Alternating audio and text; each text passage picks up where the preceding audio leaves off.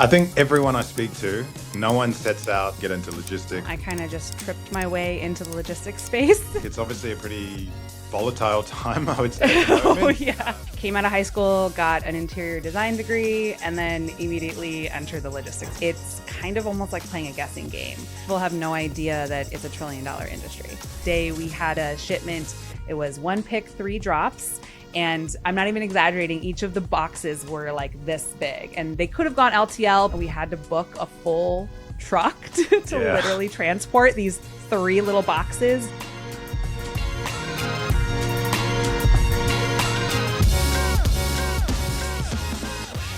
Thanks, Hannah, for coming on to the Forward Thinking podcast. Really appreciate you taking the time and I know you're busy schedule, so thanks for jumping on. Absolutely. Thanks for having me. I thought we could just start with a bit of an overview on you and your background and sort of how you came to be in the position that you're in. So if you wouldn't mind, I guess, giving us a bit of a high level overview, that would be awesome. Yeah. So high level, I kind of just tripped my way into the logistics space.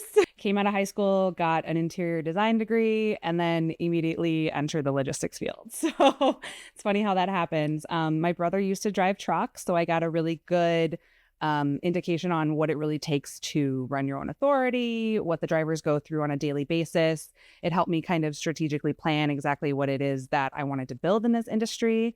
And we decided to become a broker about 10 years ago and been doing it ever since and couldn't have asked for anything better. Nice. That's really good. I think everyone I speak to, everyone falls into it. Like no one sets out, from high school or university going, okay, I'm going to definitely get into logistics or get into freight. It's just one of those things where people fall in and then, a lot of people fall in love and then they end up doing really well. So do you think that because your brother, you said he used to drive trucks, was there any kind of inkling there or any was there any thought because he was in that industry that made you want to jump into it or? Yeah. And, he actually invited me to join him. So that's how I got my start and my, base experience. He taught me a lot of great things. We don't work together anymore, but he is still in the industry on his own side and I'm on my own side. So it's kind of a family business, but separate.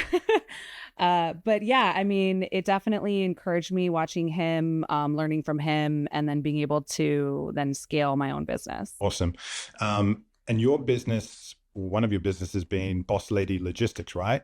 Could you just tell us about that and what that business is? Yeah. So we are a full service freight provider based in the United States in Chicago, and we can do anything and everything.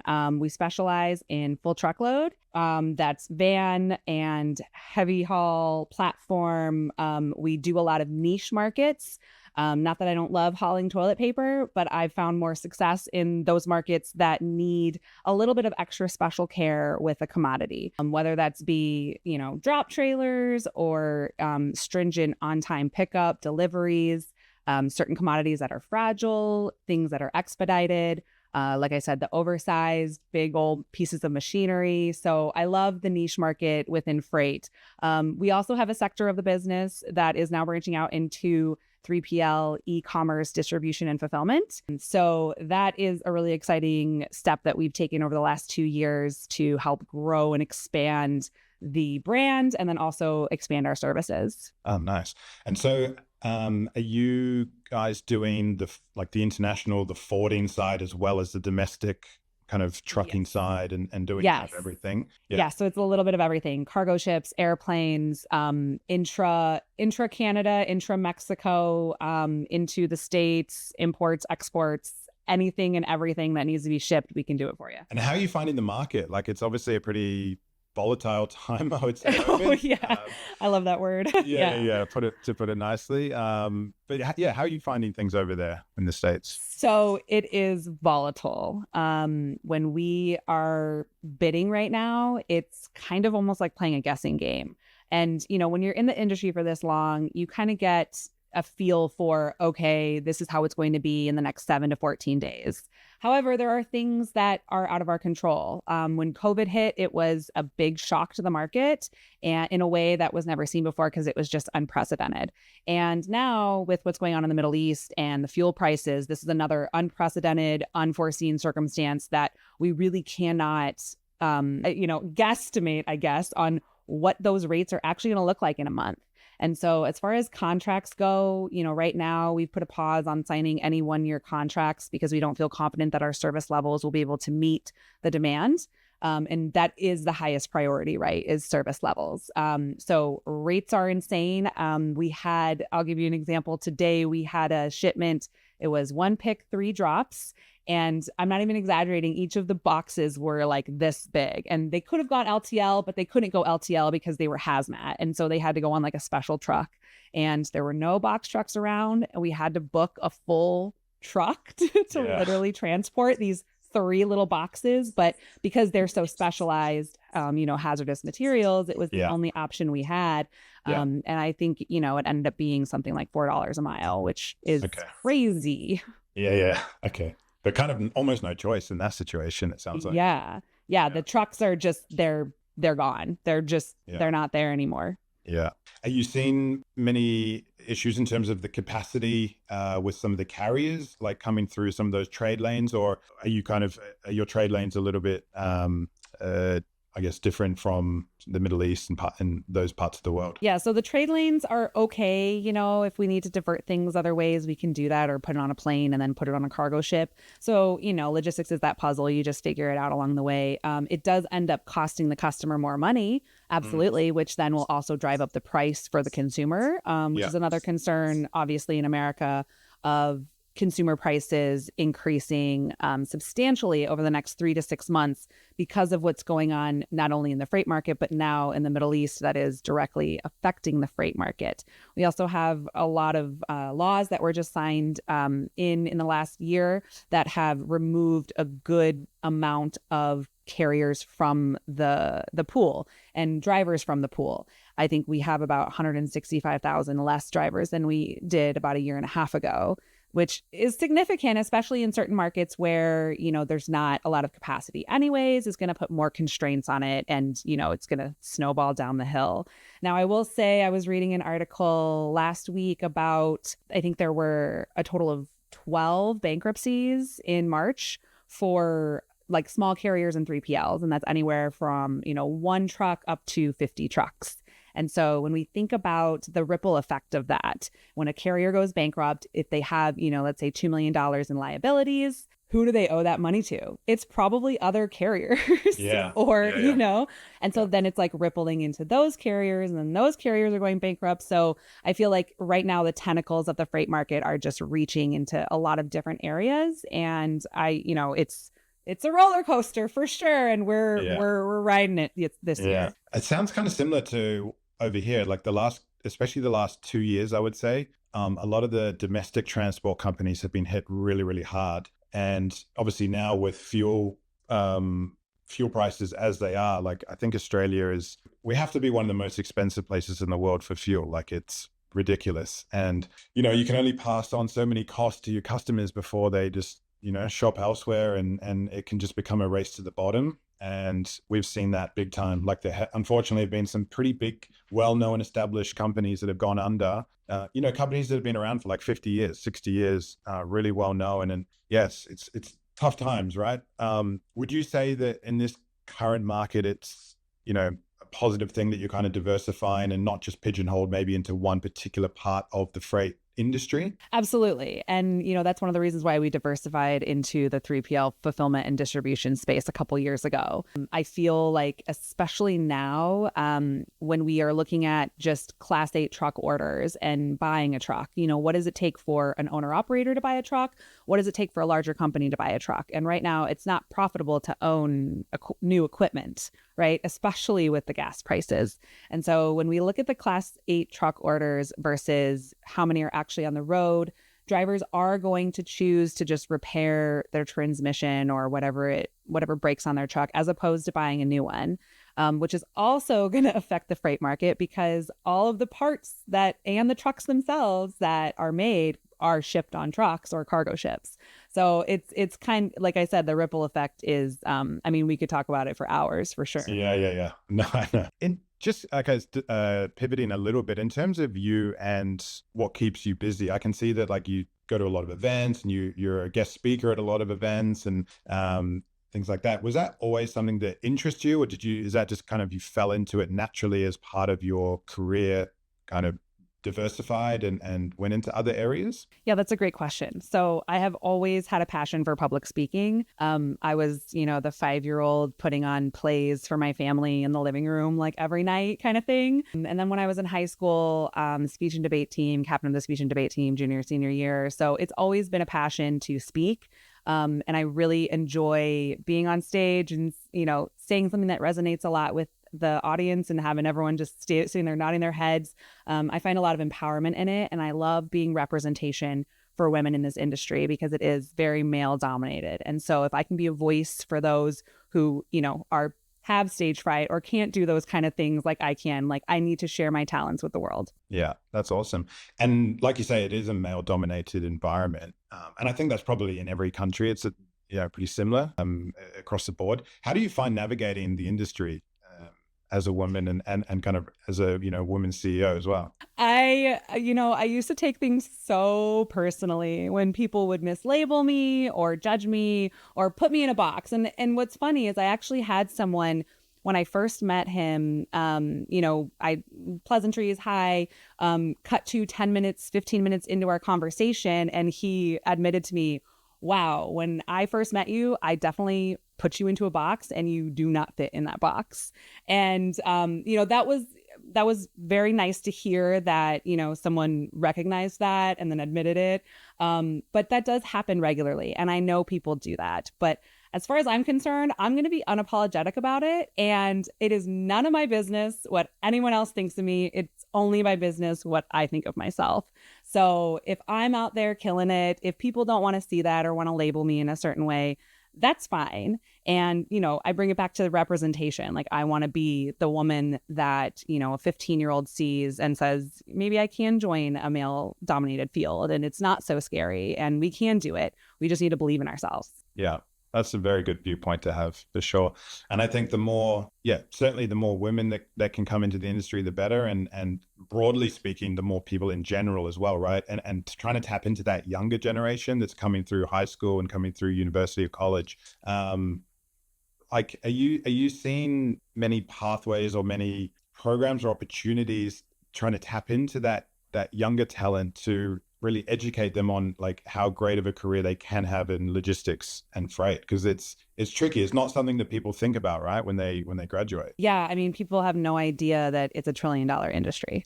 And I mean, it's a big market share of the world's e-commerce. So when we're thinking about it in terms of success, like the sky really is the limit.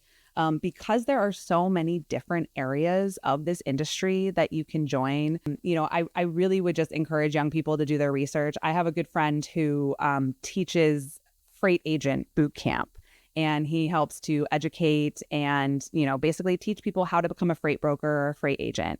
And so I do see a lot of resources and targets to the younger generation because it isn't a career that you necessarily need a college degree for. It's nice if you have one, right? But it's not something that is required. It really, your actual experience in the workforce can be the education that you need to succeed in this field. And most of the leaders that I have seen have joined it at a younger age, maybe in a different part of the industry and then transferred into kind of what I do on the brokerage side or asset side. And, I think that when we're talking about pigeonholing ourselves into, one industry or one part of an industry, that's what I love about freight is that there are so many different avenues and there's a place for everyone. I agree. And I also think compared to some other industries, it's probably, in terms of the job market, I think it's probably going to be less affected by automation and by artificial intelligence than some other industries as we're kind of seeing at the moment as well. But on that as well, like there are some, I guess, and you've probably seen it from some of the bigger players where there's been a few redundancies and layoffs and restructures and things like that. Sometimes they kind of like to throw out the word AI, and that's the reason for it. But what's your view on that and how that is going to shape the industry over the next few years? So I view AI as a tool. And, I know a lot of people are afraid of it or have, trouble accepting it. But we need to remember that when the light bulb was invented, people literally thought ghosts were going to come out of it. And so they wouldn't put the light bulb in their home. And now everyone has light bulbs, right? So, it just like any type of technology, it's going to take us some time, to get used to it, to understand it, and to realize that it can be used as a tool. It doesn't need to replace anyone. It can just complement us. If I give my AI agent to one of my employees, they are now able to do the amount of work of 3 employees because they have the AI assistant helping them with everything. And I think efficiency is the name of the game, right? We all want the bottom line to look the way that it needs to look. And so I think for companies and then also for employees, AI is just going to be like a calculator or your phone. Like it's going to be an addition to what you're doing, and it's going to help improve your job performance. Yeah, that's good. All right, cool. So for the people listening, they don't need to be scared of AI. Just embrace it and kind of treat it like a tool, as you say. Absolutely. And you've mentioned a couple of times freight brokerage, and I think that it's interesting because obviously I'm based here in Australia, so the majority of our listeners are based here, and it's not. I think that's a bit more of a US term. Like it's not so common over here. But would you mind describing? Is freight brokerage the same as freight forwarding? Is it a different part of the wheel? Would you mind describing that for us? Yeah, so it might be interchangeable for you. So brokerage is simply, and we are an backed brokerage. So we have assets that we can put freight on. We also have the ability to broker it out to outside carriers. Okay. Yeah. All right. I think it's just interchangeable then. Freight. Yeah. Freight brokerage, freight forwarding. Yeah. We refer freight forwarding more of international. Yes. And then brokerage more domestic. Domestic. Gotcha. Yeah. Now, as well as running Boss Lady Logistics and speaking and doing everything, you've written a book recently. Did I see? Yes, I'm super excited. It is called The Leadership Reset. It is an interactive workbook that you can basically click the reset button on your leadership. And I feel like it's for everyone, but it's really geared for, high achievers, people who are looking to elevate their careers, whether they're in a leadership role or whether they're seeking a leadership role. And so it gives you a lot of really good tools on how to transfer from being an operator to being a leader, because we oftentimes confuse being an operator with being a leader. For example, I have an operations officer who runs my day-to-day of Boss Lady. And if I was fully in that operation every single day doing the grunt of that, I would not be able to lead the way that I'm leading and have the meetings with my employees that are very meaningful, hear them out, hear what's plaguing them, hear what tools they need. My job in my business is to give my employees the tools to succeed. And if I'm acting as an operator, I'm not going to be able to do that because my time is going to be spent. And I think having that mindset of being able to shift is the hardest part, because as leaders, we definitely feel an affinity for what we've built or what we're trying to build, and we baby it and we don't want to let it go. But that's really the only way we can scale our businesses, is if we are able to delegate properly and hand off those tasks to someone else, whether it's a person or AI. And being able to identify those, I think, is the hardest thing, because everything's swirling around in our minds all day long. But once you actually see it in front of you and write it down and get it on paper, and that's what the book does. It asks very pointed questions, things like, where am I operating that can be done by someone else? And a lot of people don't even really think about that. And I think when you write it down and you see oh, these are 3 things that I'm literally doing every single day for an hour that someone else could do, and it will free up an hour of my time. And we don't really realize that until it's in written form and staring up at us. Yeah. And it sounds like it frees up or gives you some pointers on freeing up time to work on the business instead of in the business, and Yes. looking at the bigger picture, and you want to be involved in the strategy and the long-term kind of goals of the company as well, right? Yes. How did you figure out when the right time to start hiring and to start scaling your company was, and how early on was that once you started your business? Yeah, so it was immediately. I knew that I would go far by myself, but I will go further with someone else. And so there was always at least 2 to 3 people with me at any given time. And we did a couple of restructures over the years. Our biggest one was in 2018, when we kind of flushed out a lot of the old staff, a lot of the old rhetoric that was happening in the industry and in my business. And we hired a couple new people, and they helped to completely change the trajectory of the business. And so I think that's another piece to it is, we have people that work for us and help us, but when is the time to restructure, and do those people fit in the restructure? Yeah, it's important, right? And trying to get that culture right as you grow and as you scale is critical. And that's something that we tell our clients as well, because you can make one or two miscalculated hires and it can really just destroy everything you have going on internally. We've all seen that. Apart from, so you've got Boss Lady Logistics, you've got your book, your speaking circuit. What else keeps you busy? My children. I have 3 boys. So, it's, I like to say I'm not being biased with my company name because I am raising men. And they are the joy of my life. And they are 13, 11, and 7. So they definitely keep me busy. It's very loud in here. I have an affinity for puzzles. Go figure, I've turned it into a career. I love nature. I love, spending time with my husband, being outside, taking the dogs for a walk, anything that immerses me into nature and into the environment is wonderful. I also volunteer a lot at my children's school. I'm the vice chair of the advisory board. So I get to help bring my business skills and my business savvy to the school and help them, create a better place for not just my children, but everyone else who goes to school there. So yeah, I'm pretty busy, but it's a fun time. How do you juggle all of that? Like, do you?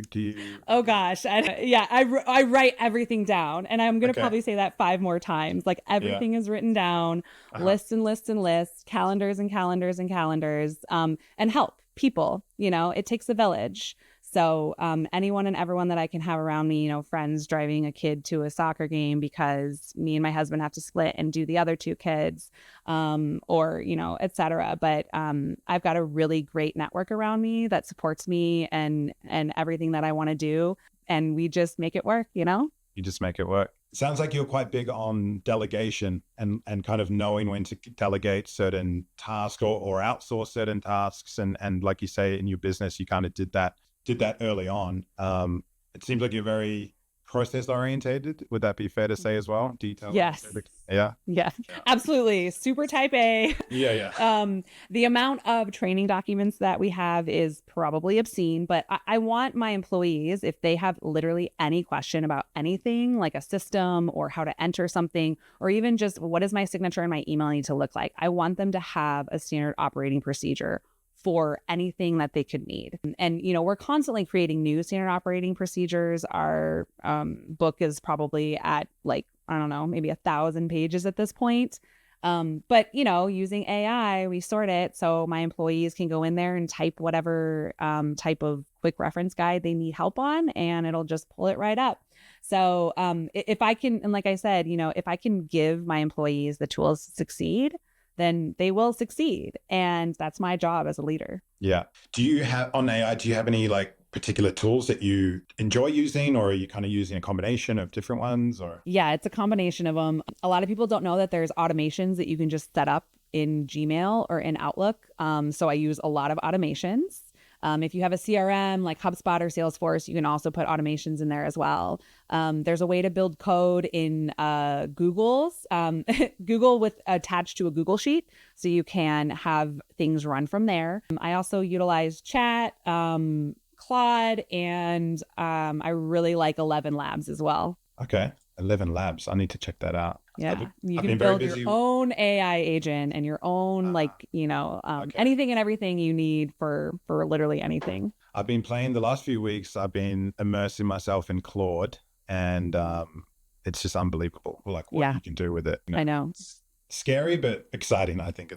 Yeah. Use it as a tool. We know that the robots are going to take over. We made enough movies about that. We know that's going to happen. But, the humans are doing it anyways. We might as well just take advantage of the technology while we can. Yeah, 100%.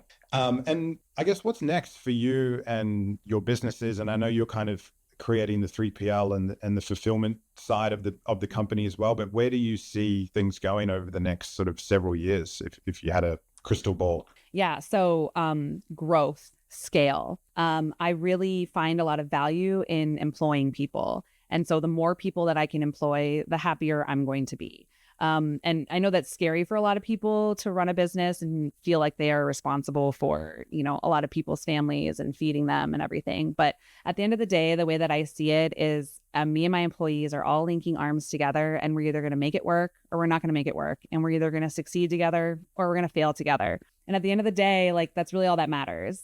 So I want to provide jobs for people. So whether that's, expanding Boss Lady into more sectors, possibly purchasing assets and being able to do that, expanding, my consulting side. I do actually, sneak peek, I have another book that's being written right now. So we're going to be in the next year on a book tour and, kind of pushing that one. It's going to be a little bit more for everyone as opposed to just leaders. Yeah. So that's the big one that's on the horizon. Okay, good. I will have to do this again then once that comes out and talk about that. What would you say? Have you got any one piece of advice that anyone has given you, or that you kind of live by on a day-to-day basis that really resonates with you? Yeah. So one day at a time, and it's simple. But when we set our goals, one, we want to write them down, right? And if it's a 3-month goal, 3-year goal, 30-year goal, what do I need to do in the next 24 hours to then eventually compound that interest of doing the same thing or whatever it needs to be every 24 hours to then reach my goal for the date that I've set it for? And I think a lot of people future trip is what I like to say, and go into all of the things that could go wrong with an idea or a plan. But when it comes down to it, like, what do you need to do in the next 24 hours to make sure that you're going to hit your goals, whether that's personal, professional, anything? Just look at the next 24. Obviously, look at the future for financial reasons and life planning, everything like that.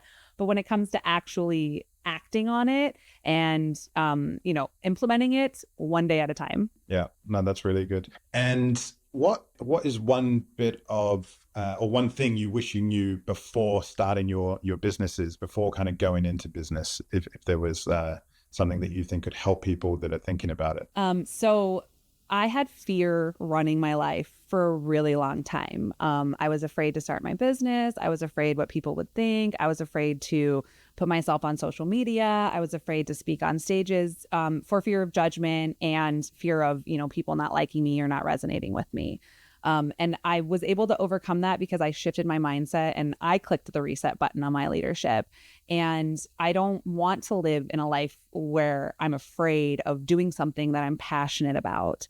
And so I would encourage people, if they have a passion and they have a way to make that passion work in their lives, go for it. Like, don't let anything stop you, because really the only thing stopping you is yourself. And it's probably somehow linked to fear. Yeah, I love that. And I think that it's like people are just so focused on themselves, but it's really easy, I find, for some people just to have that fear and have that like, oh my gosh, what are people going to think if I do that or if I post that on LinkedIn? It's like, people don't care. They care about themselves. Just go and do what you want to do and just focus on yourself. And I find that that's something that I've sort of shifted as well over the last few years, because people get wrapped up in their own world, right? And we're all kind of busy, but no, I love that. And anything else that's you're kind of juggling, or I mean, you've got a lot on your plate. I don't know how you do it, to be honest, but is there anything else that you're kind of juggling away in the background, or is that keeping you busy for now?